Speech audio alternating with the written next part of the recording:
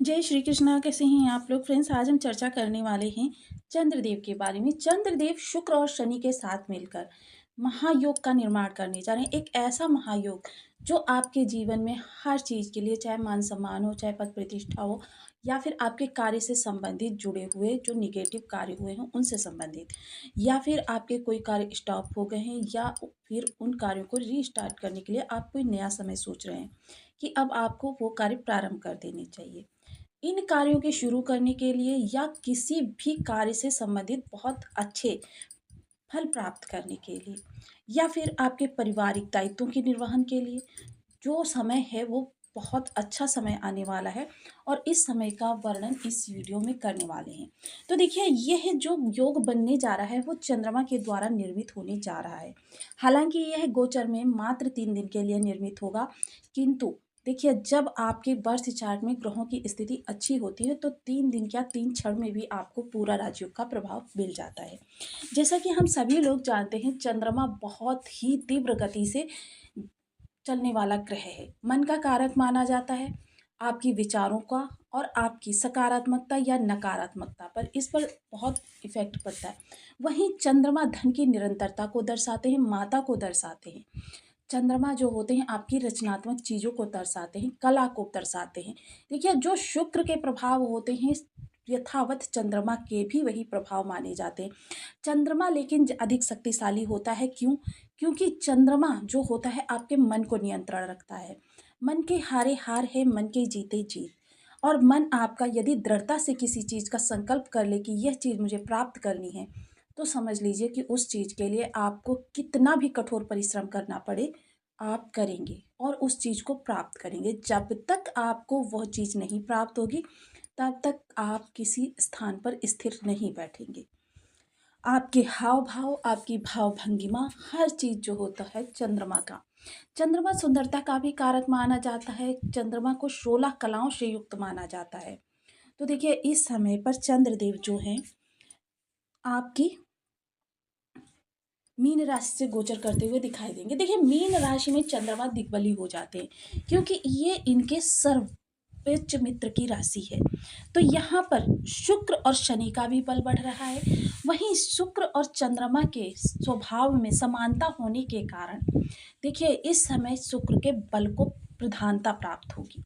हालांकि देखिए, शनि का साथ होने से चंद्रमा और शनि विष दोष का निर्माण करते हैं, लेकिन विष दोष को ही अर्धनारीश्वर भी कहा जाता है।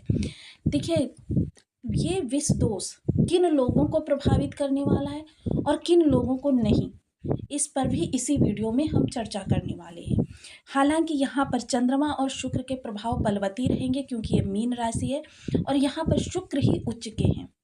लेकिन क्या है, शनि का सानिध्य जो है शनि शुक्र को बल प्रदान करेगा। और वहीं चंद्रमा को इस समय पर देखिए थोड़ी सी निगेटिविटी निकल कर आएगी। कह सकते हैं कि 70-30 का रेशियो रहेगा।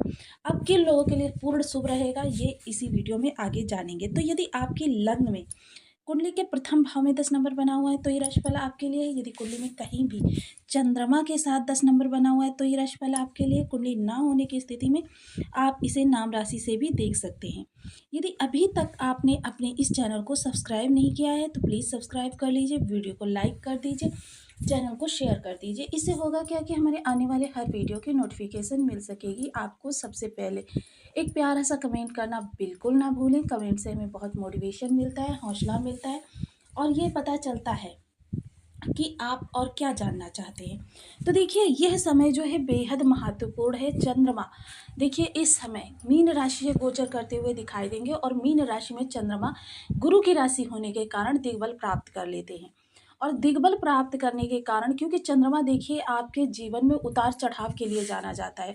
चंद्रमा धन की निरंतरता के लिए जाना जाता है, रचनात्मक चीज़ों के लिए जाना जाता है।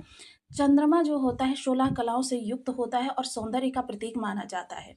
बहुत से कवियों ने अपनी कविताओं में चंद्रमा का उल्लेख किया है।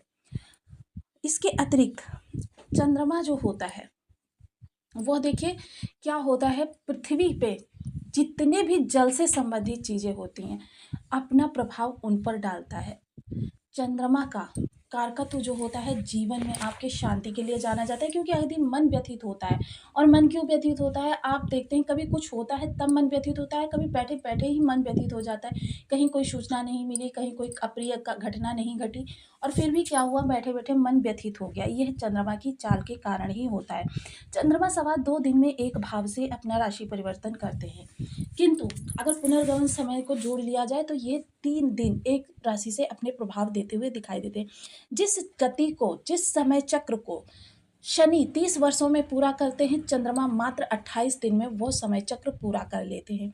चंद्रमा तीव्रता के कारक भी माने जाते हैं। अब शुक्र और शनि के मिलन से चंद्रमा मीन राशि में किस तरीके से प्रभाव देने वाले हैं, इस पर पूर्णतया चर्चा करेंगे। और अब आगे कुछ समय तक चंद्रमा अन्य ग्रहों के साथ मिलकर कई राजयोगों का निर्माण करने वाले हैं। तो कह सकते हैं ये लगभग आपके लिए एक पखवाड़ा यानी 15 दिन का समय राजयोगों से ही भरा हुआ होगा।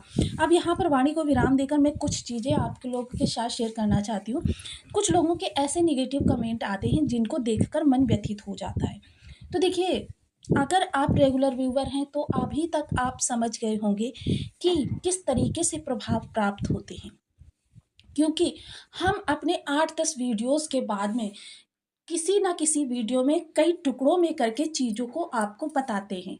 देखिए, हर वीडियो में विस्तार से हर चीज़ का वर्णन करना संभव नहीं होता। तो देखिए, जिन लोगों को इस पर विश्वास है वह लोग अपने उपायों को करें, अपने ग्रह को दिग्बल करें और अपने ग्रह के शुभ प्रभावों को प्राप्त करें। और जिन लोगों को विश्वास नहीं है उनसे हाथ जोड़कर हम क्षमा प्रार्थी रहेंगे। तो चलिए वीडियो को आगे बढ़ाते हैं। तो देखिए, चंद्रमा इस दौरान जब तृतीय भाव से गोचर करेंगे तो देखिए, तृतीय भाव जो होता है पराक्रम का होता है। इस समय आपके कार्यों की शुरुआत करने के लिए तो समय अच्छा है, किंतु यह कार्य वही लोग करें, किसी नए कार्य को शुरू करने के लिए वही लोग करें जो कहीं बाहर कार्य करें, यानी होम टाउन से दूर कर रहे हैं। क्योंकि देखिए, यह विष योग उसी जगह पर आपको सफल बनाता है जब आप पैतृक निवास या जन्म स्थान से दूर हों, क्योंकि विष दोष है अपने आप में निगेटिविटी। और देखिए, यह जो होता है विष दोष, यहाँ पर शनि और चंद्र, देखिए अगर बर्थ चार्ट में भी आपके शनि और चंद्र के मध्य 13 डिग्री से कम का डिफरेंस रह रहा है, तब तो आपके लिए स्थिति बहुत ज़्यादा विषम हो जाने वाली है। किंतु देखिए, गोचर कुंडली में यह डिफरेंस बहुत बड़ा है, जिसकी वजह से यह विष दोष आपको व्यथित नहीं करने वाला। तो बर्थ चार्ट में अगर विष दोष बना हुआ है तब तो आपके लिए चिंतनीय विषय है, किंतु ब्रह्मांड कुंडली में इस प्रकार की कोई स्थिति नहीं दिखाई दे रही।